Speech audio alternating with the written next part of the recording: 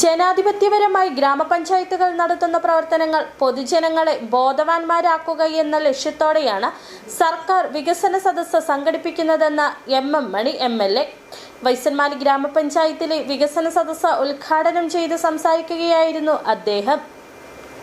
വൈസന്മാലി പഞ്ചായത്ത് മികച്ച പ്രവർത്തനങ്ങളാണ് നടപ്പിലാക്കുന്നതെന്നും ഉടുമ്പൻചോല 2-ാം mile road, Chemmannar gap road എന്നീ മികച്ച റോഡുകൾ കടന്നുപോകുന്ന പഞ്ചായത്താണ് വൈസന്മാലി എന്നും അതുതന്നെ വികസനത്തിന്റെ മുന്നേറ്റമാണെന്നും MLA പറഞ്ഞു.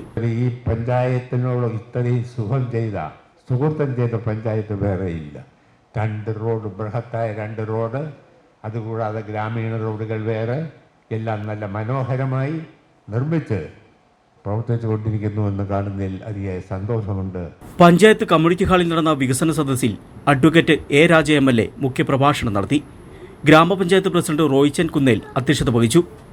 5 വർഷത്തെ വികസന നേട്ടങ്ങളുടെ report panchayat secretary M. Rashad അവതരിപ്പിച്ചു.